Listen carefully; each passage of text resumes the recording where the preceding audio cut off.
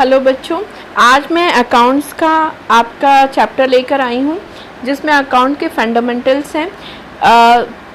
Note शुरू करने से पहले मैं आप सभी से रिक्वेस्ट करती हूँ कि प्लीज़ चैनल को सब्सक्राइब कर लें और अगर सब्सक्राइब किया हुआ है तो इसे लाइक करें, शेयर करें, ठीक है, और पूरा सुने। ये बहुत ही इम्पोर्टेंट नोट्स हैं और स्टार्ट कर रहे हैं लेखांकन अकाउंटिंग, ठीक है, और जो कि आपका क्यूएट का एक सब्जेक्ट है और इसमें हम शुरू कर रहे हैं फंडामेंटल जो बेसिक थ्योरी है अकाउंट की।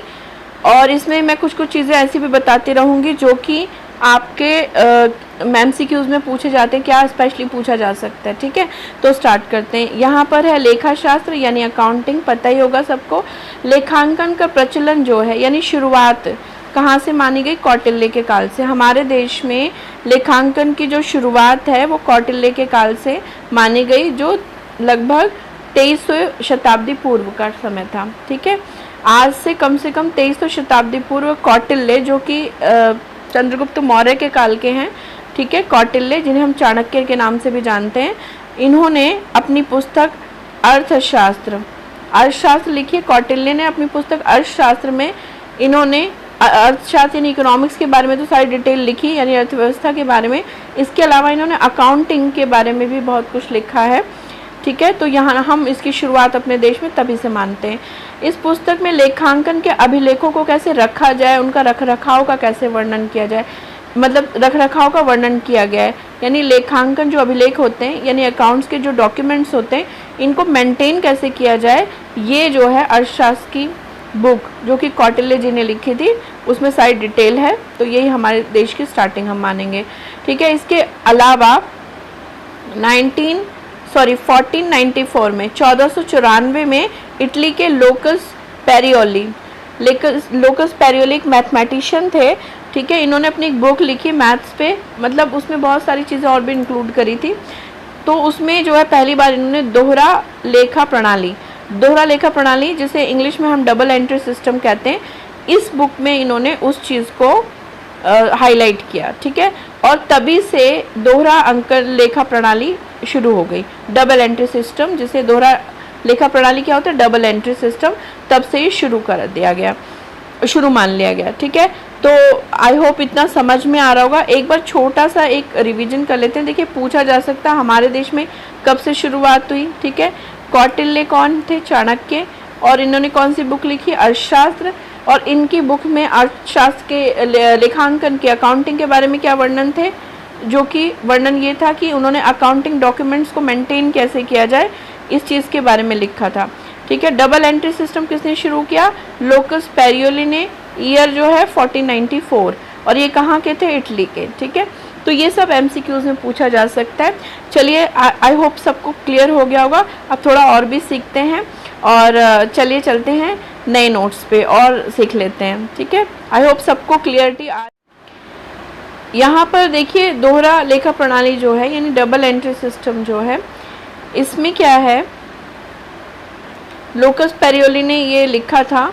और मॉडर्न अकाउंटिंग, जितनी भी हमारी नई अकाउंटिंग है वो सब डबल एंट्री सिस्टम से ही मेंटेन होती है, ठीक है। और इसीलिए इनको मॉडर्न अकाउंटिंग का अग्रदूत माना जाता है, ठीक है। मॉडर्न अकाउंटिंग का अग्रदूत कौन होता है? जो चीज़ों को आगे लेके जाता है, फर्स्ट एस्टेब्लिश करता है किसी चीज़ को, पहली बार वो आगे बढ़ाता है चीज़ों को। तो हम अगर क्वेश्चन आता है कि किसको हम मॉडर्न अकाउंटिंग का अग्रदूत मानते हैं, तो वो लोकस पेरियोली है, ठीक है। चलिए आगे चलते हैं। भारत में जो है institute of chartered accounts of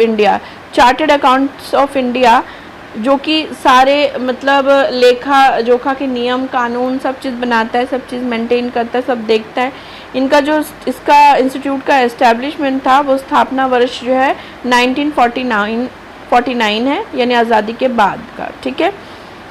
और एक और जो है हमारे लेखांकन पे जिन्होंने काफ़ी कुछ लिखा है वो है स्पाइसर और पैगलर, ठीक है। इन्होंने क्या लिखा कि जो पुस्त पालन है, ठीक है, जो पुस्त पालन है यानी बुक कीपिंग जिसे हम कहते हैं, इसमें सारे सौदों को मुद्रा के रूप में लिखा जाता है। यानी बुक कीपिंग क्या है, जितने भी सौदे होते हैं क्रय विक्रय के, उनको मौद्रिक रूप से, यानी आपको सिर्फ ये नहीं लिखना कि भाई यहाँ से हमने खरीदा और यहाँ से बेचा, ठीक है, आपको उसका मौद्रिक मूल्य भी लिखना पड़ता है, और आपने अकाउंटिंग में देखा ही होगा।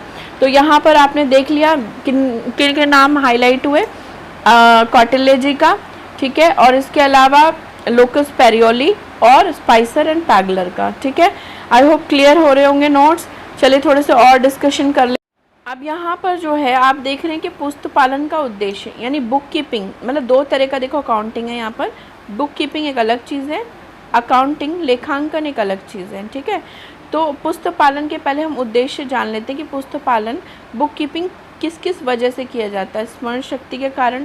स्मरण शक्ति का मतलब इंसान में इतनी स्मरण शक्ति तो नहीं है ना कि वो एक पूरे बिजनेस के सारे जितने भी लेखा जोखा है वो उसको याद रखे, ठीक है। तो कुछ ना कुछ भूल जाएगा और सारे अकाउंटिंग में गड़बड़ हो जाएगी। तो स्मरण शक्ति इतनी मजबूत नहीं है, तो मतलब उसको स्मरित रखने के लिए, याद में रखने के लिए उसकी सारी, मतलब याद की कोई ज़रूरत नहीं होगी अगर आप बुक कीपिंग कर देंगे, सारे एंट्रीज़ को लिख लेंगे। इसके अलावा क्रय विक्रय का ज्ञान होता है, भाई किस चीज़ का क्रय किया गया, किसका विक्रय किया, सारा नॉलेज पता चल जाती है। और किससे अगर क्रय किया गया तो किससे किया गया, कौन सी कंपनी से, विक्रय किया गया किसको किया गया। आर्थिक स्थिति का ज्ञान होता है, आपको पूरी कंपनी की फाइनेंशियल कंडीशन कैसे चल रही है उसका पता चलता है। छल कपट को बहुत आसानी से पकड़ा जा सकता है, यानी कि अगर आपने अच्छे से बुक कीपिंग करी हुई है तो कोई कुछ गड़बड़ी कर देगा तो आसानी से आप पकड़ लोगे।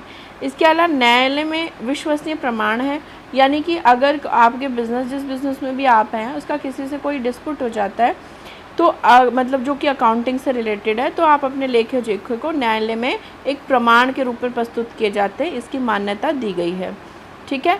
इसके अलावा अनावश्यक व्यय पर नियंत्रण होता है, ठीक है, यानी अननेसेसरी जो खर्चे बिजनेस में हो जाते हैं, क्योंकि आपने सारी चीज़ों की अकाउंटिंग कर रखी है। अब अगर आप एक बार उन्हें दोबारा रिव्यू करते हैं तो आपको पता चलता है कौन सी चीज़ों पे हम कंट्रोल कर सकते थे, और ये हर बिज़नेस में होता है। ये हर बिज़नेस में क्या, हर घर में होता है कि हम बजटिंग क्यों करते हैं घर में, ठीक है, हम बजट क्यों बनाते हैं, ताकि इस महीने जो भी खर्चे अगर हम एक बार दोबारा ओवरव्यू करें तो हमें पता चल जाए कि कौन सी चीज़ के बिना काम चल सकता था, यहाँ पर कुछ एक्स्ट्रा खर्चा हो गया, अगली बार हम डिसीजन लेने में थोड़े से सतर्क हो जाते हैं, क्योंकि इंसान जो है गलतियों का पुतला है और वो अपनी गलतियों से ही सीखता है, और ये अच्छी बात है अपनी गलतियों से सीखना। चलिए तो फिर आगे चलते हैं और हम करेंगे लेखांकन के उद्देश्य, ठीक है। बुक कीपिंग एक अलग चीज़ है, लेखांकन अलग चीज़ है, बट पहले बुक कीपिंग की जाती है। पहले क्या क्या होता है, फर्स्ट बुक कीपिंग होती है, फिर बुक कीपिंग के बेस पे सारी अकाउंटिंग होती है, ठीक है। सारी एंट्रीज़ को पहले हम लिख लेते हैं, फिर उससे डिफरेंट अकाउंट्स बनाते हैं, ठीक है। तो उसके बाद अब देखते हैं हम कि लेखांकन क्या होता है। सभी व्यावसायिक जो ट्रेड के जितने भी लेन देन हैं सबका पता चल जाता है। इसके अलावा लाभ हानि, क्योंकि जो आपने बुक कीपिंग करी है, जितनी भी एंट्रीज की है, उनसे प्रॉफिट एंड लॉस अकाउंट बताया जाता है कि एक्चुअल में फर्म को हानि हो रही है या लाभ हो रहा है। उसके बाद वित्तीय स्थिति का पता चलता है, मतलब फाइनेंशियल कंडीशन कैसी, क्योंकि बैलेंस शीट वगैरह बनती है तो सारी चीज़ों की जानकारी बैलेंस शीट से पता चल जाता है कि वित्तीय आर्थिक स्थिति, वित्तीय स्थिति कहाँ जा रही है हमारे बिजनेस की। इसके अलावा जितने पक्षकार हैं, पक्षकार कौन होते हैं, जितने भी, अगर आपकी पार्टनरशिप फर्म है तो जितने भी पार्टनर्स हैं, अगर आपकी कंपनी है तो शेयर होल्डर्स हैं, डेप्टर्स हैं, इन्वेस्टर्स हैं, तो इन लोगों पक्षकारों को सारे परिणाम की जानकारी होती है, ठीक है।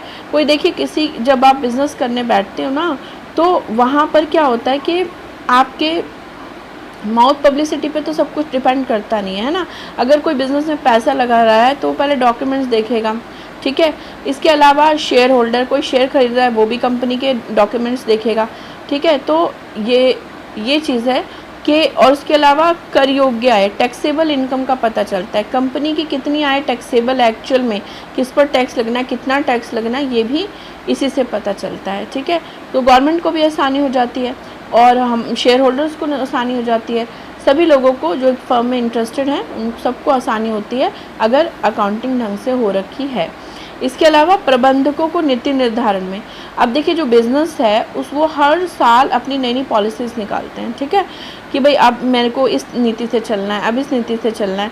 लेकिन ये नीति निर्धारण किस बेस पे होता है, अकाउंटिंग के बेस पे, क्योंकि अकाउंटिंग उसका लेखा जोखा है, क्या गलतियाँ करी, क्या चीज़ अच्छी रही, और अब किस तरह से चलना है, ये सारा मैनेजमेंट जो है किसके बेस पर डिसीजन लेता है, लेखांकन के बेस पर। तो लेखांकन मतलब starting from the business and till the end of the year, मतलब हर चीज़ इम्पॉर्टेंट है और बहुत अच्छे से, बहुत ज़रूरत है इसकी। और केवल जिसका बिजनेस उसे ज़रूरत नहीं है, उसके विभिन्न पक्षकारों को भी इसकी ज़रूरत होती है। तो अगर क्वेश्चन ये आता है कि भाई लेखांकन का इन्वेस्टर के लिए कोई महत्व है, अगर अकाउंटिंग ठीक से हो रही है, बहुत महत्व है। शेयर होल्डर के लिए, सबके लिए महत्व है। या ये कहा जाए कि लेखांकन का किस किस के लिए महत्व है, तो मैनेजर के लिए, ठीक है। दूसरा ऑप्शन डेप्टर्स के लिए, तीसरा ऑप्शन इन्वेस्टर के लिए, ठीक है। और चौथा option all of the above है, तो सभी के लिए इम्पॉर्टेंट है, तो ऑल ऑफ द अबव आप लगा देंगे। आई होप क्लियर हो गया होगा। चलिए फिर मैं अब इतने ही नोट्स अभी डिस्क्राइब कर रही हूँ और आगे लाती रहूँगी। सारा सिलेबस हम जल्दी जल्दी कंप्लीट करेंगे और एमसीक्यूज़ भी करेंगे, क्योंकि आपको अकाउंट्स, इकोनॉमिक्स और बिजनेस स्टडी सभी चीज़ का सिलेबस पूरा कराना है। और मैं यही कहूँगी कि आप जो है ऐप पे जो भी हमारा कोर्स अवेलेबल है उसको ज्वाइन करें, ताकि आपको सभी सारे नोट्स की PDF भी मिल सके और एक अच्छी तैयारी आपकी हो सके। Anyways, thanks for watching the video and have a nice day, और please like, share and subscribe करना ना भूलें। Okay, bye bye.